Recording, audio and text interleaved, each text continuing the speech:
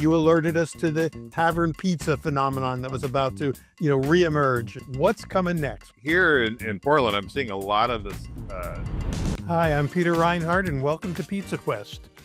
Well, it's been a while since we've had the pizza Yodis, or we call the Yodis, are here. Brian Spangler and John Arena. We launched Pizza Quest as a podcast series with you two guys from the beginning, and every now and then we get you back. And I think it's interesting timing that we're having you back this week because this is the preparation week for the big Pizza Expo in Las Vegas. Now, neither Brian nor I are going this year, but John will be there. And as always, because John is based in Las Vegas where it's going to happen. In fact, right now he's working on preparing some doughs for one of the booths. Probably what is the Caputo booth, John? Yeah. So he's doing prep. And then next Sunday, the whole expo, phenomenon takes place. And so this will air that Sunday, the Sunday of the launch of the expo this year. This show will go on. We're speaking about a week before. But since I've got you here, and one of the things that we've been able to do over the last few years of our gathering is you guys are kind of like our pizza prophets, not only our Yodas, but you're the ones who tell us what's coming next, what's happening. You alerted us to the tavern pizza phenomenon that was about to, reemerge out of the cicada 17-year pattern. And we talked about bagels coming before the bagel thing exploded. We talked about sourdough pizzas before that all kind of took off big time. What can either of you tell us about what you see coming, since you are our pizza prophets? What you see as sort of next wave things that you're seeing from your perspective? Well, just from what I've personally seen in my little bubble here, I think anything that's outside of like the shape of pizzas, I see calzones and strombolis. I've seen a lot more interest in stuff like that. But that again, that's just from and then I've been so out of the loop, to be honest with you. Been focusing on things here at work, and my daughter's off in college, so Life in real life. I've been focusing on things other than the industry. And for those who are meeting you for the first time, Brian, you're in Portland, Oregon, a Pizza Shoals, which you and I go back all way back to the beginning of Pizza Shoals when it wasn't actually in Shoal Valley or whatever, Yeah. Oregon. Now you're in Portland, and consistently rated as one of the best pizzerias in the world. We've talked about a lot of that, but so those of you who are new to Brian, you can check out some of our earlier conversations with him. But so you're seeing basically in the Portland world, which is one of the culinary centers of the universe, things start there. That's an incubator city for food trends.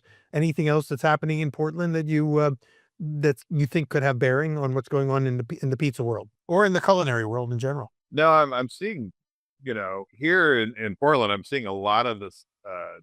It's kind of like plateaued. Oh yeah. Well, from what Yeah.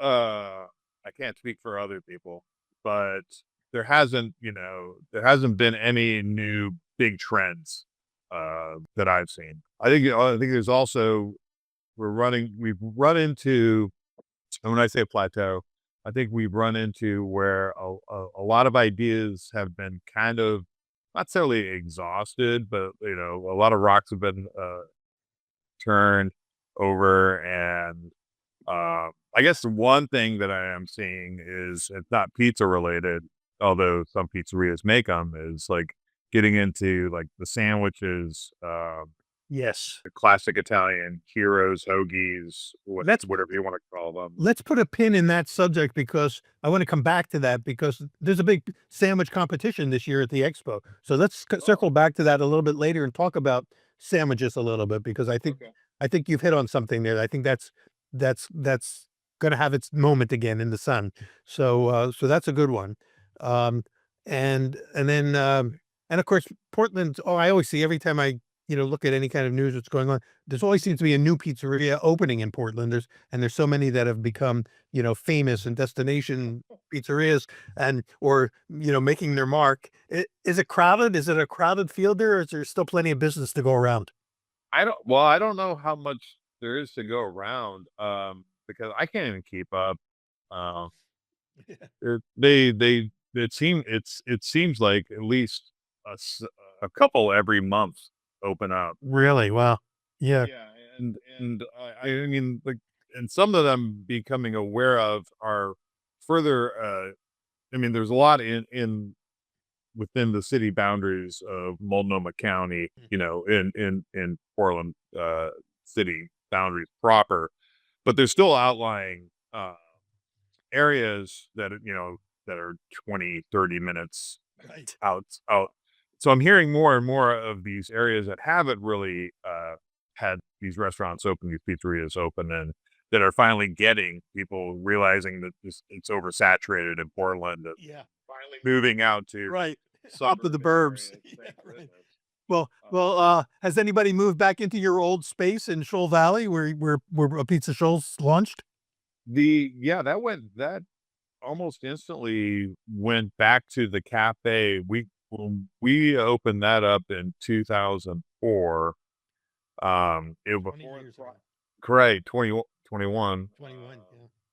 Prior to that, it was called the South Store Cafe, and it was open from like 6 o'clock in the morning till I think 3 or 4 o'clock in the afternoon. It was coffee and pastries, quiches, and then lunchtime sandwiches, and then closed. And then not even the year that we were there, we did the pizza thing, and we all know that I got kicked out. You too successful, right? Too much business, too much traffic. What a story. Yeah, you're doing too well. You got to get out of town. Yeah, no, yeah, it was Pardon. Good. but it went right back to the South Store Cafe. So a different owner Yeah. went in who had been a patron of that space, and they brought back the South Store. They used the same name, brought back the same business model, and it's been going strong. I hear great things. That's good. Did you warn him to be successful, but not too successful? I think everybody in that township realized, yeah, they didn't want to go for something that was going to draw too much attention to because it's a rural area. Yeah. It's mostly like Christmas tree farms and filbert orchards, It's stuff like that. it feels like it's like the Nike land. Isn't that where like Nike is headquartered out in that area? Well, Nike is headquartered in Beaverton, which is about 30 minutes away. But Phil Knight was my neighbor. That's how I thought. That's the connection. Yeah. Yeah, so he lives out in Shoals. Yeah, Well, Phil's just probably about 25 minutes south of the Beaverton Hillsboro area. well, he's probably bemoaning the fact that now he has to come all the way into Portland to get one of your pizzas. Yeah. Um, John, let's switch over to John for a second because now you're in what's going the spotlight area now for the next, couple of weeks. The whole pizza world is going to be focused on your town and the town that you really, I feel like you own the pizza in Las Vegas, although you're sharing it now with some other pizza superstars, but you're really, as we view the elder of the pizza community. You are the Yoda in everybody's hearts and minds. And I know this last year you've been kind of on a tour around the country, collecting your flowers, so to speak, getting tributes everywhere you go. I saw you speak in Philadelphia at the PizzaCon a few months ago, where you and Tony got up there and did the keynote and kind of shared highlights from your careers. But what are you seeing right now, John? You tend to, and again, you've got partners in the pizza world, and you've got other locations outside of Vegas. What do you see coming? Pizza by the slice. Aha. Pizza by the slice is coming big, it's coming strong, and it's not just areas where you traditionally would think of as being great locations for pizza by the slice, which typically was just dependent on walk-by traffic. But now you're Interested. in places that are almost like destination pizza by the slice shops.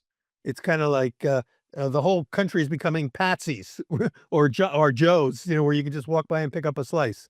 Well, that's a question that I had on my list to ask you guys about. Again, talks about saturation. People like Tony Gemignani, the superstar, the rock star of the pizza world, is opening a slice house franchise concept with a goal of opening hundreds of slice houses. And he's not the only guy. I've seen Siler Chapman's opening slice houses, other pizza luminaries who have famous one-off places are opening slice houses. Do you think that there's enough room for everybody, and will this get oversaturated, or is it just the next logical progression? I don't think we're at the point of oversaturation yet, because I think that right now the places that are opening are super high quality. They're all interesting unto themselves. So what town wouldn't want to have a Tony Gemignani pizzeria? And are I know you get to see some of these things. I don't know if you've seen any of the launches there. Are they able to really replicate that level of experience that people get when they go to Tony's in San Francisco or Pizza Rock in Vegas? Is the quality at these franchises really up to stuff? It's the quality is outstanding. It's Tony Gemignani quality. Is the experience going to be the same? Probably not. I guess we could debate that.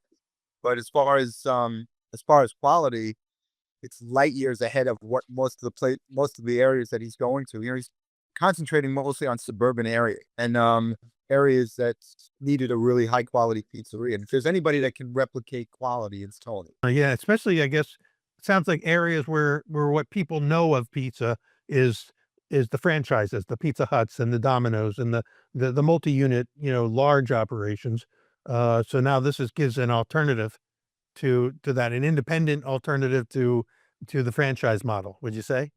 Yeah, and if you're only experienced with pizza by the slice with Sabaros at the shop, Yeah. walk into Tony's Spaghetti. It's kind of like a generational thing. Don't you think, we back 20, 30, 40 years ago, these were the companies that were bringing pizza to the masses.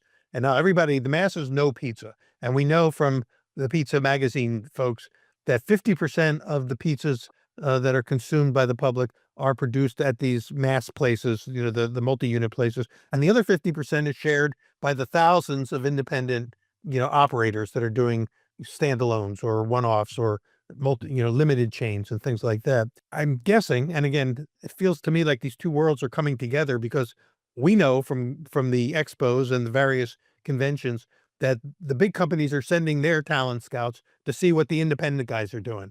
And they're borrowing those ideas and then bringing them and trying to scale them up. The little guys who were always content with one or two places are now trying to scale up to be able to go toe to toe with the multi-unit places. How's that playing out?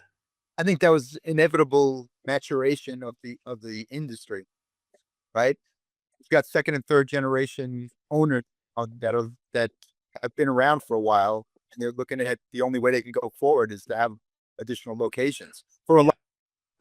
Not for Brian, obviously, because he's got more business than he could ever. But for those of us that are average pizza guys, we look out there at the landscape and we say the only way we're going to be able to sustain ourselves is to grow. Well, when you see it like an iconic brand like Frank Pepe's, which is now going franchise model, and some of the other, well-known brands. I don't know if Tom DeMarco's family is still planning to, launch multi-units of their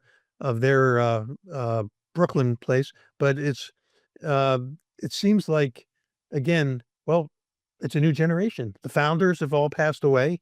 They've passed it on to their families. The families have to decide, are we going to stay in the pizza game, or are we going to get out and do something else? And if we're going to stay in it, then how do we survive? We don't want to have a single shop where I stand in the same place as my grandfather and keep making pizzas one at a time.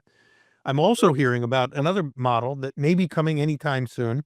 I know that it's still in development. I don't think they've launched their first place, but drive-through pizza places. Have you heard any inklings of the drive-through pizza places where you can drive up and order a slice, and the slice is actually prepared to order, not a whole pie, but an actual slice is prepared within 60 seconds in some kind of automated system to produce a high quality sliced pizza that's been designed by a well-known pizza artisan.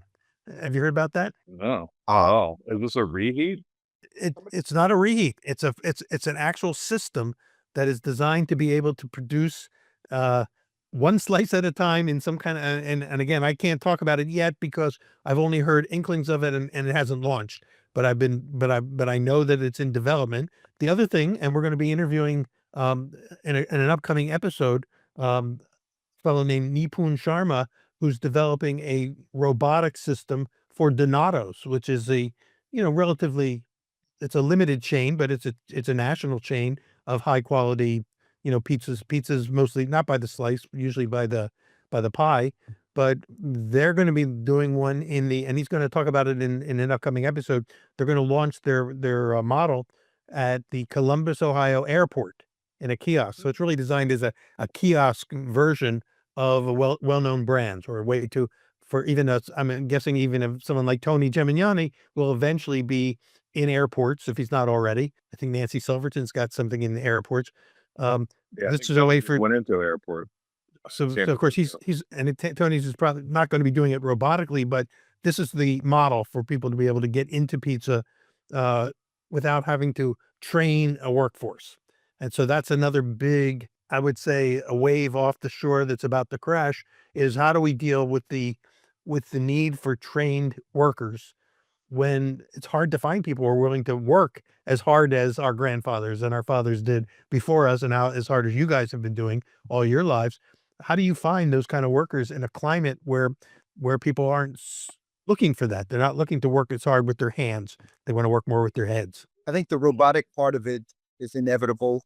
Not maybe for the whole process. It's going to be, some places are going to go all in on robotics, and some are going to go partially in. They're going to be, they're using mechanical dough rollers, dough dividers, which have been around forever. And, they're adding other components. And that, Antonio De Sousa, his place uses robots to bring the food to the tables. Interesting.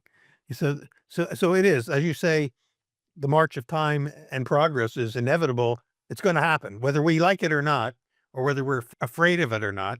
Should we be afraid of it? I don't think it's ever going to be a lack of demand for artisanal handcrafted products. You can judge it, or whether or not there's going to be anybody left that wants to do it, that remains to be seen. But I think there are still some. So do you guys see, when, and John, you'll be there at Vegas.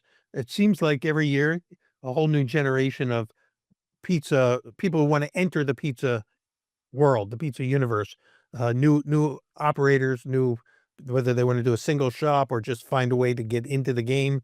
Is that still happening? Do you still see those numbers trending up? And um, is the desire for training and for learning the craft of pizza making as strong as it was a couple years ago when we saw kind of a real bubble occur? I think it's still strong. I think, Brian can tell you this because he's besieged by people that are looking to learn how to do what he does, which good luck to him. But he's always been on everybody's speed dial. So I don't think it's lessening up. I think that a lot of people, as always, find out once they get into it that it's a little more than they bargained for. Yeah. Yeah, for sure. Um, You could. a lot of people have a lot of people don't really, the romance is, in their dreams, and all this other stuff. And then, when the rubber hits the road, Yeah. Let's put it it's this just a lot of that romance away. When the honeymoon is over. Yeah. Yeah. Quick. but think they want to be in the pizza business. Put it that way. And sometimes they get so deep into it that by the time they realize that, it's too late, they passed the fail-safe point and they're in, whether they like it or not. Yeah, I still obviously here in Portland, we just talked about how many pizzerias are constantly opening up here. I still see, I get contacted by people from all around the country, asking me questions, and I still see a lot of people wanting to open up and get into the game.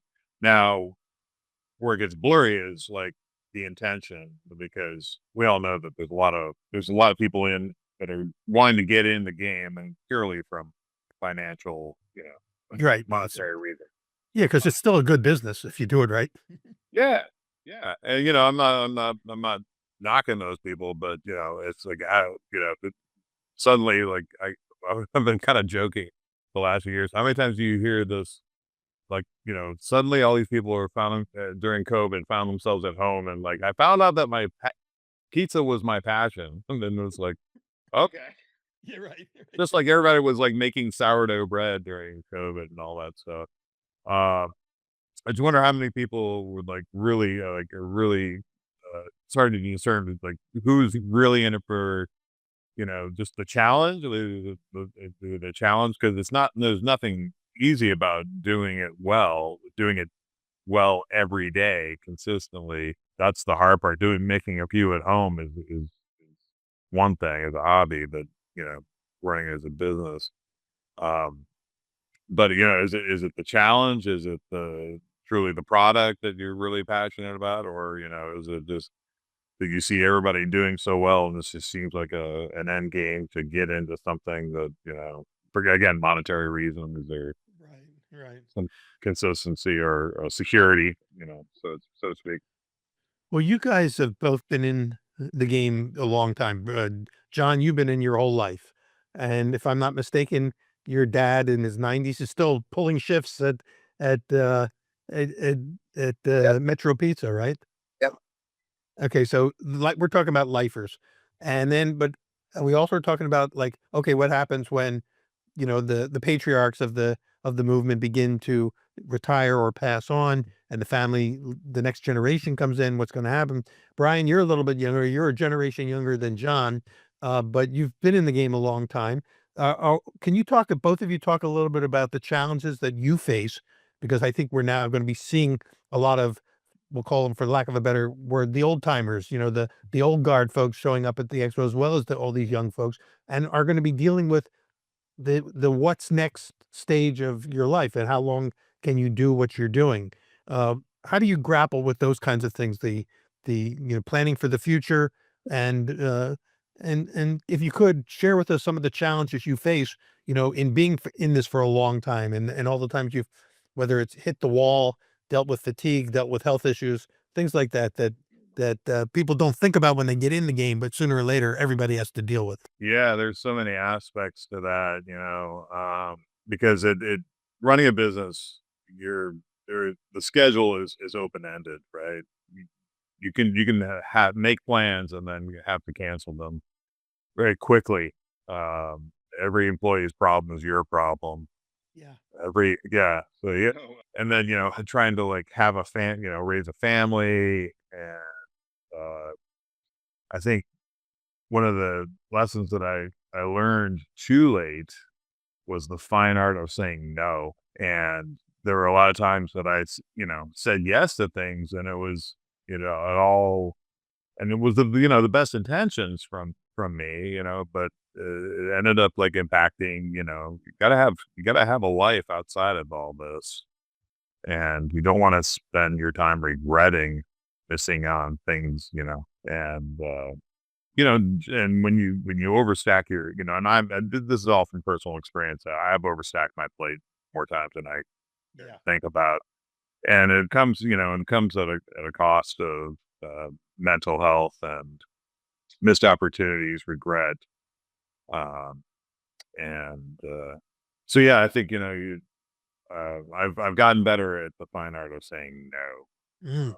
So it sounds like that category you're talking about really is the work-life balance aspect Yeah, of being in business. And so, and I know, from over the years, as we've had conversations offline, where you're talking about, okay, I got to take a break. I'm stepping out for a while. I'm going to go on a retreat, or I'm going to just get away for a couple weeks and let my team run the show because I need a break. Is yeah. is that what you're talking about in terms of finding the way to navigate that? Yeah, it's partially that, and it's also, being contacted by so many people, and I had this conversation with Bianca about this, it's like, you're contacted by people you never met before, and Yeah. you wanna do right by trying to, like, because I got where I'm at with, the generosity of people saying yes, and allowing me in to, learn from them and get experiences. And so I've been trying to, like, pay it back and pass the baton, so to speak. And Yeah.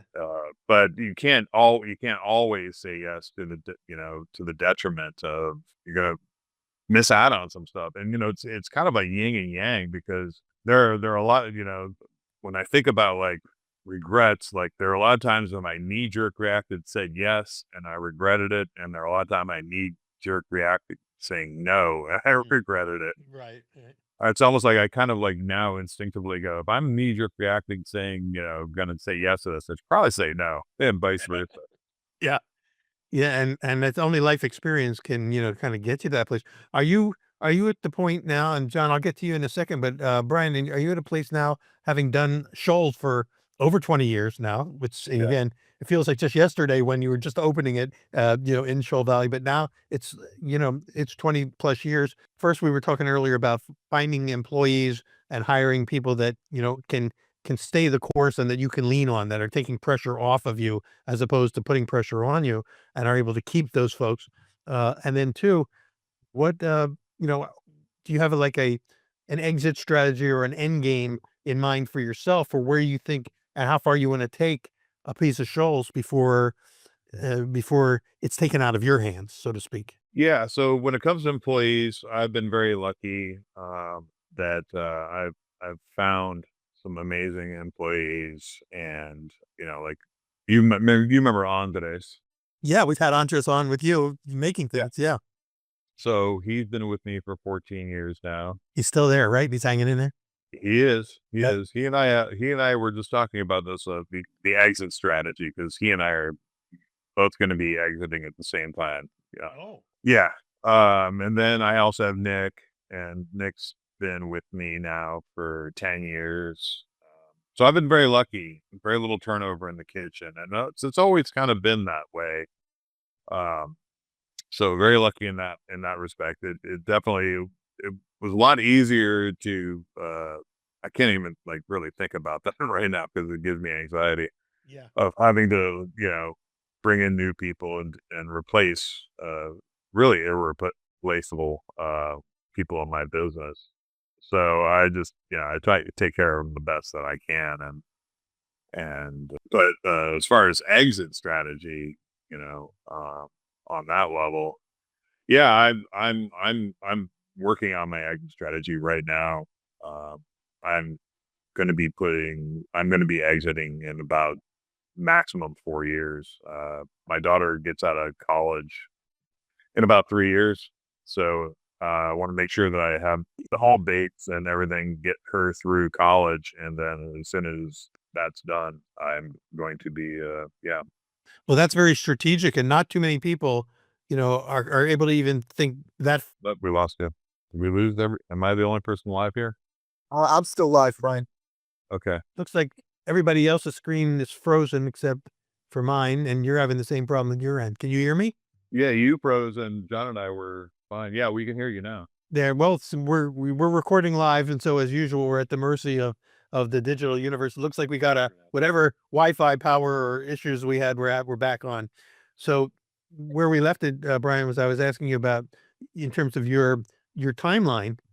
So what happens at the end? Are you going to be turning the company over? Are you going to fold it down? Do you have a plan in mind for that, or is it too soon to say? Well, I've been planting seeds for quite some time now, seeing if anybody wants to take it over, and nobody really wants to take. I mean, the idea of them taking it over, when they think about all the responsibilities and the layers of all that, no one really wants to step up to the plate, to be honest with you, because they see how much it takes, and Yes. they don't want all that.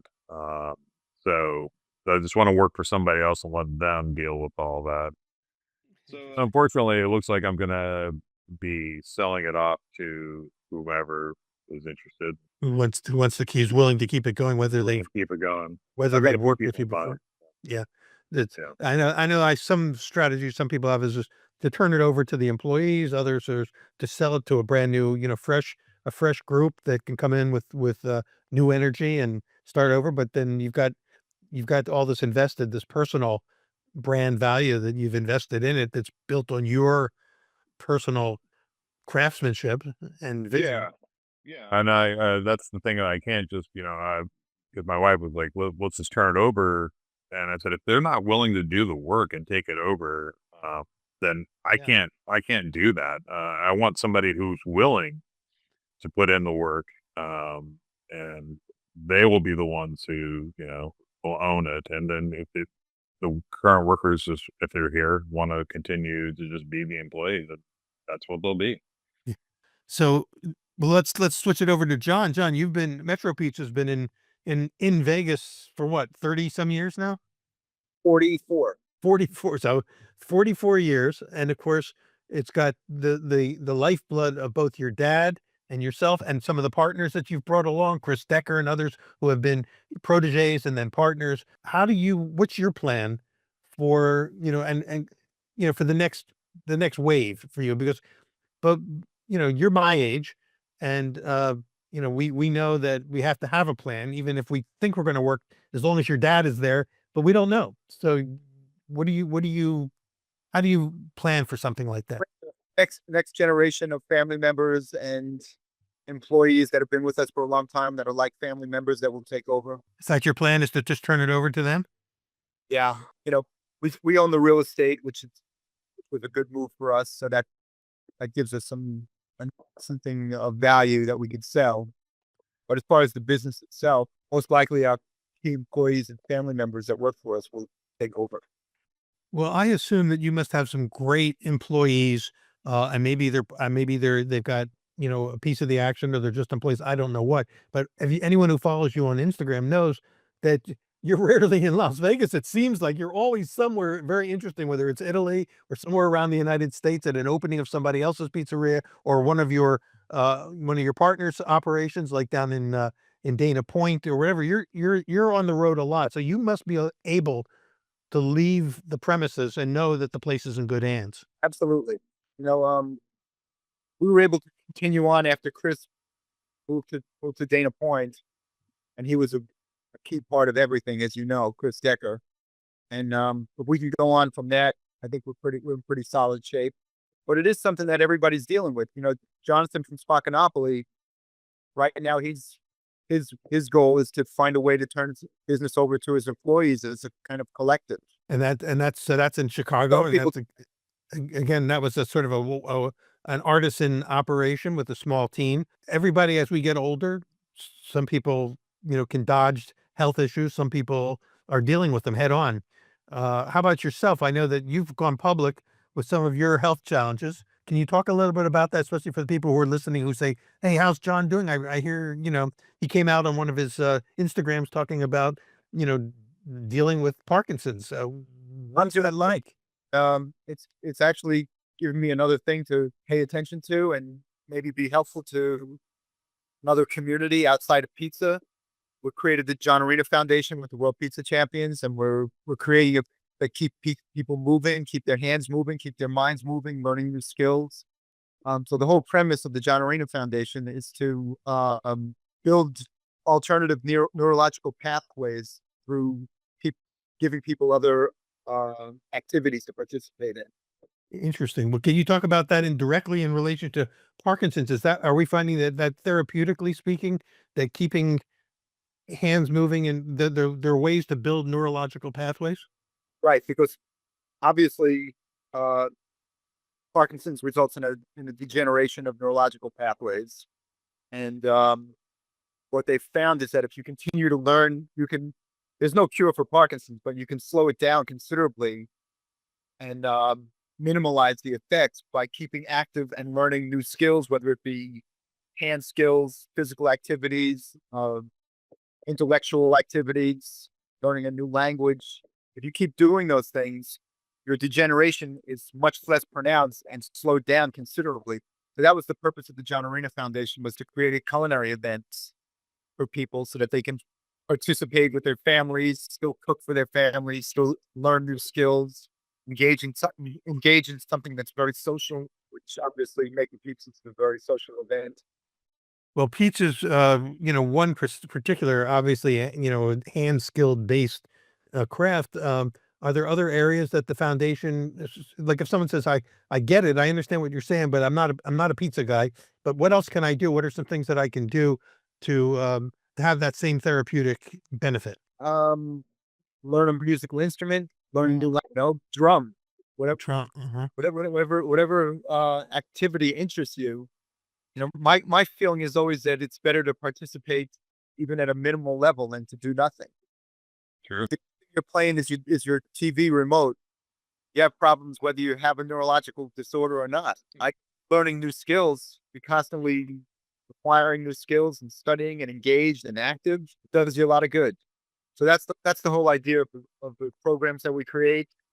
We had a very successful first event at the Cleveland Clinic, the Ruvo Center here in Las Vegas. We're doing an event the day before Expo that will with some of the world pizza champions. What happens at these events? Is it demonstration based or is it participatory? No, everything we do is participatory. Wow. Everything we do is designed to get people out of their chairs, standing up and moving and interacting with other people. And any monies that you raise or that the pizza champions raise on behalf of the foundation, how does that money get deployed? That money goes to organizations that are creating activities. The idea, Pete, was that I wanted to do something for people right now, not so much based on research, but based on activities that will help people today. What can I do for people that have Parkinson's that will help them today, not sometime in the unpredictable future? How do I? Awesome. And it worked for me. I mean, I was diagnosed. It's going on 11 years now, but I also had symptoms probably 2 or 3 years before that. But I'm still able to work. I'm still able to travel, as you know, able to speak publicly. That's Well, I completely think it, to being immersed in activities all the time. yeah. The fact that you've had this, you've known this for, over 11 years, and yet very few other people have known it. That, a few people who are close to you have known that you've been dealing with it, but to most people, it's new news because they didn't realize that, you've been fighting this fight. But that's an important thing too, Pete. It's important to show people who are possibly facing a similar challenge that you can continue on, and your life doesn't have to be over. I see so many people that have Parkinson's that just, as soon as they're diagnosed, they sit on the couch and would never get up again. They throw in the towel. I don't want to be. I want to keep answering the bell. And if I can, there's nothing special about me. If I can do it, a lot of other people can do it too. Well, we really appreciate that, and thank you for kind of speaking now openly and out there about it and explaining to people because I'm running into more and more people that are discovering that they have either Parkinson's or some other neurological condition because I'm of an age and a generation where the odds are going to catch up with, a higher percentage of people are going to deal with this kind of stuff to know that there are things you can do not only physically for yourself, but for your well-being, for your morale, for your, for your sense of positive outlook. Yeah, and it's helpful to be part of a community, to be an active part of a community, and if you're of that particular mindset, to get out there in the public and inspire other people to go on and live a good life. And it's possible. It's important. Well, I'm going to throw it back to Brian for a second here, Brian, because you spoke about you having sort of a plan now, an end plan, and I've known you for a long time. I know that you're never at a lack for things to do. Pizza's not your whole life. You've got a lot of interests, you're a guy that's loaded with interest and can do a lot of things that you love. What's your plan for when when pizza's no longer your front burner item, but that you're now moving into what I call act three, moving into your next act? Where do you see your energy going? Well, I still haven't traveled a whole lot in my life, so there's still that I need to experience. So that's going to be part of it. And anybody who knows me knows that, yeah, idle time and me do not idle hands, do not work. So, currently, I've been restoring on light levels because I don't have as much time to do it as I would like with running a business, but I restore pinball machines. That's what I was thinking about those pinball machines of yours. That's got to be something that you want to sink your teeth into more as you have time. Yeah, I've been, I'm doing on light levels right now. I've got a couple projects that are waiting for like the full dive in, and I'm not there yet. We're talking like really like from the ground up. So they really need a lot of attention. I've got all the pieces in place, right? So I'm doing work, the planning stages. So I've got about 4 projects there. I've been doing light restorations of jukeboxes. I just finished, I learned how to recount speakers recently. Oh. So I just recount speakers on a 1956 Seabird jukebox that I've been working on. Are jukeboxes coming back in a big way? They have been, in the last 5 or 6 years with the vinyl resurgence. Yeah. That obviously is carried over into the jukebox is also becoming very much the popularity and interest in the hobby has grown quite a bit in the last 5 or 6 years. Are there digital jukeboxes too that just play CDs instead of vinyl?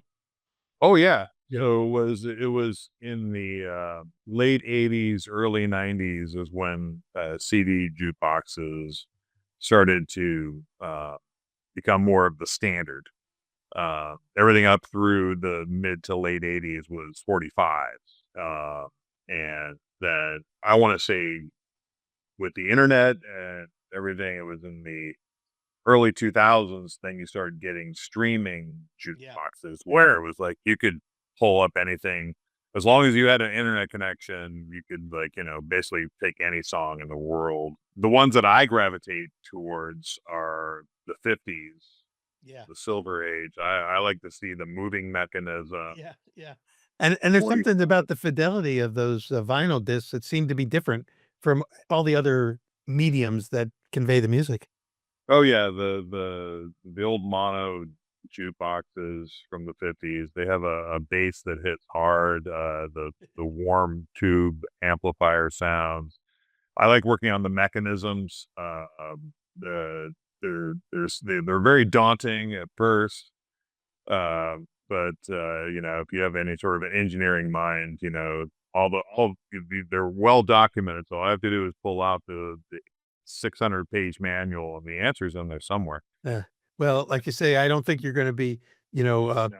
hard pressed to find things to keep you busy. But I do. So, and food's still part of that too. I cook pretty much every day.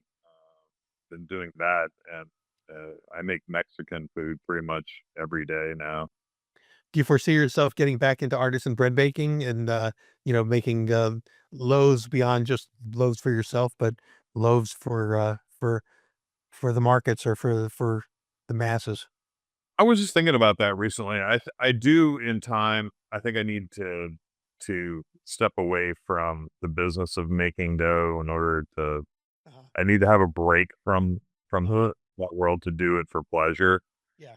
I haven't looked at pizza and bread uh, in the same way for a long time, and I was when people were like, "Oh, I'm really passionate about this," and I'm like, "Don't confuse your passion and business. Like, your business can kill a passion Mm. real quick." So I would need some time away from it. What I have been doing lately, though, speaking of Mexican food, is I've been learning the fine art of making tortillas, which is very hard. Really? Yeah, yeah. It's I dabbled in it earlier, but I know I'm only focusing right now on corn tortillas, not flour. I haven't even gotten Uh-huh. there yet. Yeah. But just the amount of moisture, the right amount of heat, the size, thickness, thinness. It, it, 'Cause I'm trying to get the puff every time where they basically look like pita. Like if you're doing it right when they they scan like split. pita. Yeah. Yeah. Yeah. Yeah. Is that something Andres has helped you with? Is that in his wheelhouse? He's never had much experience. I mean, he's worked in tortillerias, but they were all mechanized. Uh-huh. I see. Because they're making like hundreds and hundreds and hundreds and hundreds of tortillas. So it's all machine based, and That's it. Well, it doesn't really have any help for me as far as yeah. what I'm doing, which is like doing it by hand. Well, number one, got yet another new thing to sink your teeth into, to Um, master. yeah, But and now I'm into metal models too. Have you ever heard about these? no. Yeah, basically they print out these sheets of metal using lasers to like cut all the parts out, and I'm working on these models that are like 600 pieces, and they're not glue. It's like pieces of metal with tabs Oh, that you bend or fold to like put them all together. So like some of these pieces are the size of a grain of rice. wow. So it's kind of like a metal jigsaw puzzle, so to speak. Yeah, yeah, yeah, exactly. Wow. And then there's no written instructions. I mean, there's like these diagrams of like this part number, Yeah. fold it. This attaches over here, right? Yeah. Part of it's like you got to figure out some of it. Well, You know, use your brain. yeah, again, going back to what John was saying, for those for takeaways from today's conversation with the Yodis is, keep your brain engaged, keep your hands engaged, keep doing things, because we're all getting older. Everybody sooner or later is going to be, saying, okay, what else can I do when I can't do this, or in order to continue to grow as a human being. And I really appreciate both you and John, today, Brian, for sharing kind of like your journey, where you're at in this stage of the journey. And it's been, if we were to go back and chart the 10 or 12 years that we've been doing Pizza Quests together and recording with you guys, it'd be interesting to see how this progression is playing itself out. Yeah. So and we'll keep checking in because we want you guys back frequently. What I'd love for you to do, and for those who are listening and maybe picking up on this particular broadcast during the Pizza Expo itself, is look for John. He's going to be all over the floor, right, John? You have a particular place where people would find you at Pizza Expo? Yeah, and definitely come up and say hi. Where will you be hanging mostly? I sometimes hear people say, "Oh, I saw you at Expo, but I didn't want to bother you." Bother me, There you go. not a bother. That's And what- and will you be mostly at the Caputo booth or some other? Do you have others? I'll be with the World Pizza Champions mostly. I'm doing a demo at Maraforni. At Maris Forney? Get old, Pete. They don't ask you to do as many things. Yeah. So I think I've aged out of Expo. For the most part. Yeah, exactly. You and I remember we've done demos together there, and it's hard work. And will you be tracking the competitions this year? I want to circle back, Brian, to the sandwich competition, because I noticed in the schedule that this year there's going to be a sandwich competition. They've already filled up the roster of, I think, 30 competitors, and they're only going to limit it, put a cap on it.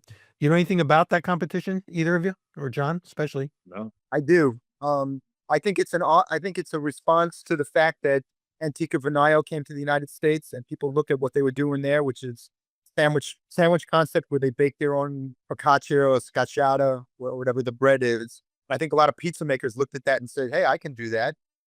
I have all the tools and I have all the equipment and the skill set." So that started to become a thing, and a lot of pizzerias are baking their own bread and making their own sandwiches. The sandwich component has become a bigger part of Expo. Well, do me a favor and if you get a chance to check in on those guys and let us know if you see any really exciting ideas that you'd want to share in a future episode of Pizza Quest. And I'll also try to find somebody, maybe one of the judges from that competition, to give us a report on the various kinds of sandwiches that were presented, because I think, Brian, you noted that sandwiches are a coming thing. They've always been here, and we always view sandwiches as something that kind of rises and falls in popularity.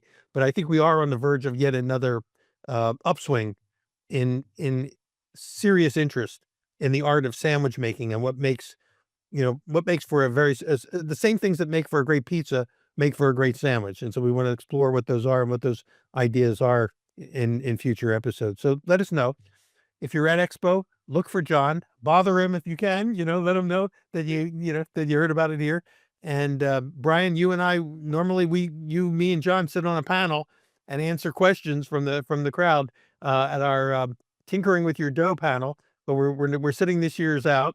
So I don't know what they're going to put in its place, but I say a great roster of speakers.